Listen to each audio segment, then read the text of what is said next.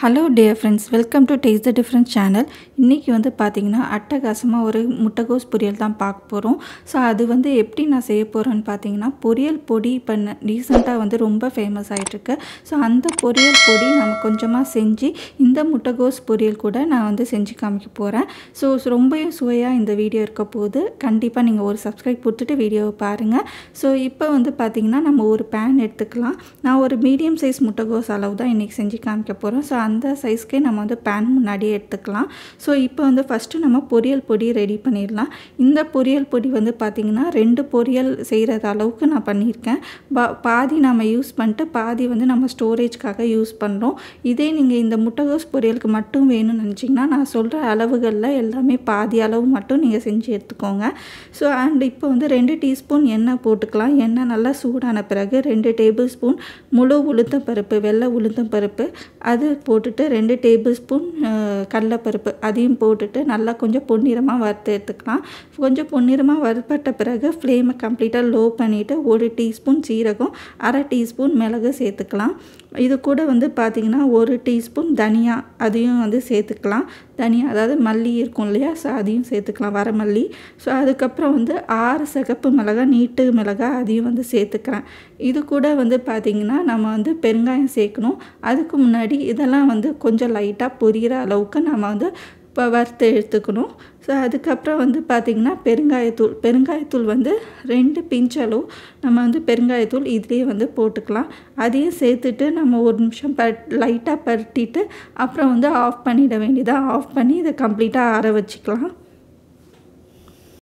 இப்போ வந்து உங்கள்கிட்ட காஞ்ச கருவேப்பிலை இருந்துச்சுன்னா ஒரு 1/2 கைப்பிடி கருவேப்பிலை இந்த பேன்லேயே நீங்கள் சேர்த்து போட்டு வறுத்து எடுத்துக்கலாம்.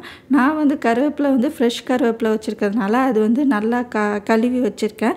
அது வந்து இது கூட நான் சேர்க்க முடியாது, அது தனியாக தான் வறுத்து சேர்க்கணும். அதனால் பார்த்திங்கன்னா அந்த இன்க்ரீடியன்ஸ் எல்லாம் ஒரு பவுலில் மாற்றிட்டு நான் எம்டி பேனை திரும்ப வச்சுக்கிறேன். அந்த பேன்லேயே பார்த்திங்கன்னா நான் வந்து திரும்ப எண்ணெய்லாம் விட தேவையில்லை. ஜஸ்ட் ஒரு 1/2 கைப்பிடி கழுவி வச்சுருந்தா கருவேப்பிலை இலைகள் அது வந்து சேர்த்துக்கிறேன். இதை சேர்த்துட்டு பார்த்திங்கன்னா ஜஸ்ட் அந்த ஈரம் போகிற வரைக்கும் நம்ம வந்து வறுத்து எடுத்துக்கணும். இப்போ இந்த பொடியில் வந்து பார்த்திங்கன்னா நம்ம தேங்காயும் சேர்க்கணுங்க. தேங்காயும் ஈரமாக இருக்கும் இல்லையா, ஃப்ரெஷ் தேங்காய். அதனால் வந்து பார்த்திங்கன்னா நான் இந்த கருவேப்பிலை வறுத்து முடித்து அதை எடுத்து பவுலில் மாற்றி வச்ச பிறகு நான் வந்து ஒரு 2 டேபிள் ஸ்பூன் துருவின தேங்காய் அதையும் வந்து நல்லா வறுத்து எடுத்துக்க போகிறேன். ஸோ இது வந்து பார்த்திங்கன்னா இந்த துருவின தேங்காய்க்கு பதிலாக நீங்கள் வந்து தேங்காய் சில்லு வச்சுருந்தீங்கன்னா ஒரு 2-3 சின்ன சின்னதாக வெட்டிட்டு அதையும் நீங்கள் சேர்த்து அப்படியே போட்டு கூட நீங்கள் வறுத்து எடுத்துக்கலாம். இப்போ தான் நான் அந்த ஸ்டெப் காமிக்கிறேன். பார்த்திங்கன்னா துருவின தேங்காய் 2 டேபிள் ஸ்பூன் அளவு சேர்த்துக்கிறேன். இதை வந்து பார்த்திங்கன்னா நம்ம ஃப்ரெஷ் தேங்காய்னால நம்ம கண்டிப்பாக வறுத்து எடுக்கணும். அதுவும் நம்ம அந்த பருப்பு கூட சேர்த்து போட்டு வறுக்கலாம். பட் ஆனால் வந்து பார்த்திங்கன்னா நம்ம வந்து பாதி வந்து ஸ்டோர் பண்ண போகிறோம் அப்படிங்கிறதுனால நான் தனியாக வறுத்து எடுத்துக்கிறேன். அதாவது ஈரப்பதம் இருக்கிறதுனால நம்ம தனியாக வறுத்து எடுத்துக்கிறேன். ஸோ அதுக்கப்புறம் வந்து சப்போஸ் இந்த தேங்காய்க்கு பதிலாக நீங்கள் கொப்பரை தேங்காய் இருந்தால் கூட சேர்த்துக்கலாம். கொப்பரை தேங்காய் சேர்க்குறதா இருந்தால் அந்த பருப்பு கூடயே நீங்கள் வறுத்து எடுத்துக்கலாம், ஈஸியாக இருக்கும் இன்னுமே. ஸோ கொப்பரை தேங்காய் இருந்துச்சுன்னா அது மாதிரி பண்ணிக்கோங்க. அண்டு இந்த பொடி வந்து பார்த்திங்கன்னா 2 பொரியலுக்கு ஏற்ற மாதிரி நான் இன்றைக்கி பொடி செஞ்சு வச்சுருக்கேன். ஸோ 2 பொரியலுக்கு வரும். சப்போஸ் நீங்கள் நிறைய குவான்டிட்டி செய்கிறீங்கன்னா இது அப்படியே ஒரு பொரியலுக்கு நீங்கள் வந்து போட்டுக்கலாம். ஸோ அதே மாதிரி வந்து இந்த பொரியல் பொடி வந்து நான் வந்து ஒரு 50 கிராம் இல்லை வந்து ஒரு 1/4 கிலோ அந்த மாதிரி உங்களுக்கு அளவுகள் வேணும்னா அடுத்த வீடியோவில் நான் உங்களுக்கு சொல்கிறேன் கண்டிப்பாக.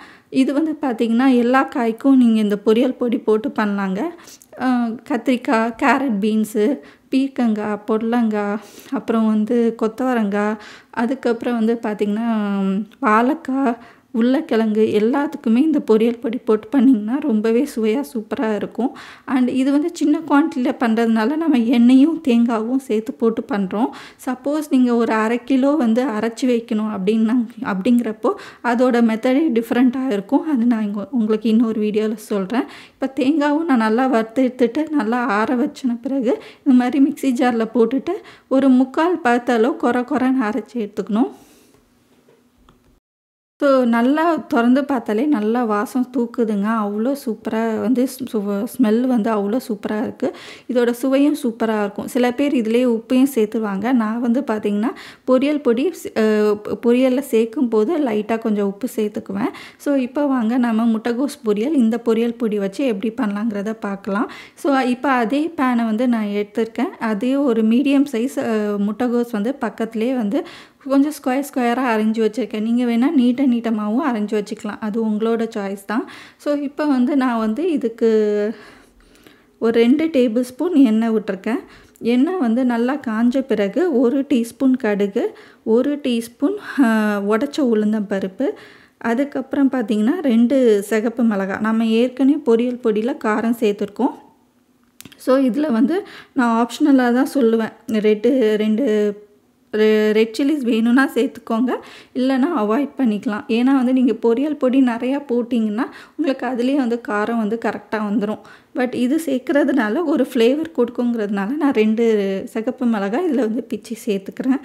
ஸோ அதுக்கப்புறம் ஒரு 1/4 கைப்பிடி கருவேப்பிலை, ஒரு மீடியம் சைஸ் வெங்காயம், சின்ன வெங்காயம் கூட சேர்க்கலாம், இல்லை பெரிய வெங்காயம் இது மாதிரி இருந்துச்சுன்னா கூட சின்னதாக நறுக்கி சேர்த்துக்கலாம். இல்லை கம்ப்ளீட்டாக உங்களுக்கு வந்து ஃபாஸ்ட்டாக பண்ணணும், இந்த பொரியல் பொடியோட கான்செப்டே பார்த்திங்கன்னா வெங்காயம் வந்து கம்ப்ளீட்டாக ஆப்ஷனல் தான். ஜஸ்ட் அந்த ஸ்பைசஸ் சேர்த்துட்டு, காய் சேர்த்துட்டு, பொரியல் பொடி சேர்த்துட்டு பண்ணுறது தான் வந்து கான்செப்டே.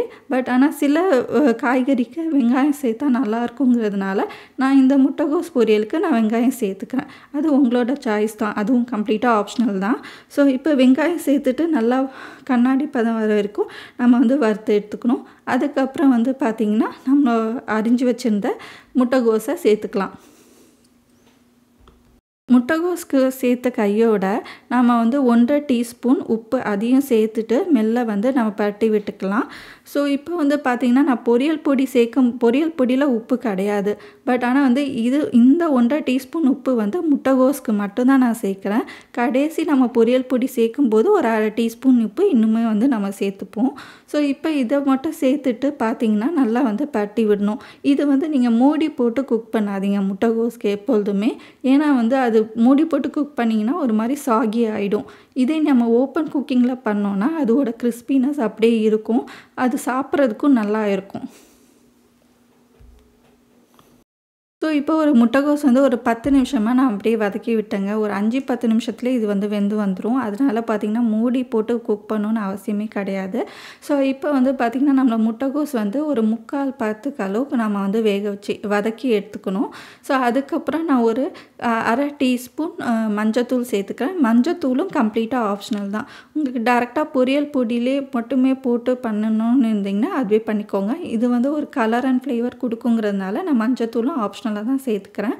ஸோ மஞ்சத்தூளும் நம்ம வந்து பொரியல் பொடி ஒரு 2 டேபிள் ஸ்பூன் ஃபஸ்ட்டு சேர்த்துட்டு நான் மிக்ஸ் பண்ணி பார்க்குறேன். பட் சாப்பிட்டு பார்த்தேன்னா எனக்கு இன்னும் கொஞ்சம் காரம் தேவைப்பட்டது. அதனால் இன்னொரு 1/2 டேபிள் ஸ்பூன் பொரியல் பொடியை சேர்த்துக்கிறேன். சப்போஸ் நீங்கள் இந்த பொரியல் பொடி தேங்காய் இல்லாமலேயும் பண்ணலாங்க, உங்களோட சாய்ஸ் தான். அது தேங்காய் வேணும்னா கம்ப்ளீட்டாக ஆப்ஷனலாக நீங்கள் அந்த பொரியல் பொடியிலே சேர்த்துக்கோங்க.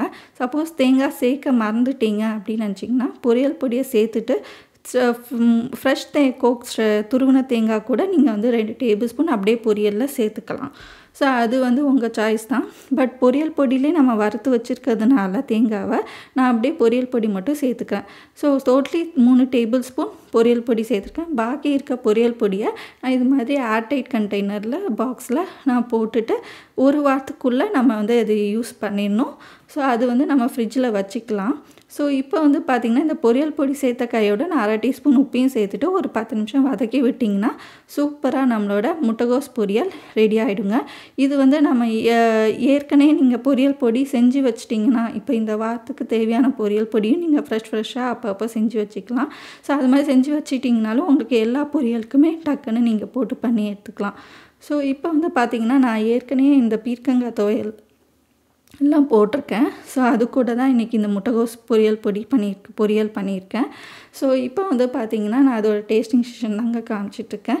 ஸோ இந்த பீர்க்கங்காயோட துவையல் ரெசிபி நீங்கள் யாரும் சில பேர் பார்க்கலன்னா கண்டிப்பாக அதோட லிங்க்கை நான் டிஸ்கிரிப்ஷனில் தரேன், போய் பாருங்கள். இதோட டேஸ்ட் அலாதியாக இருக்குங்க.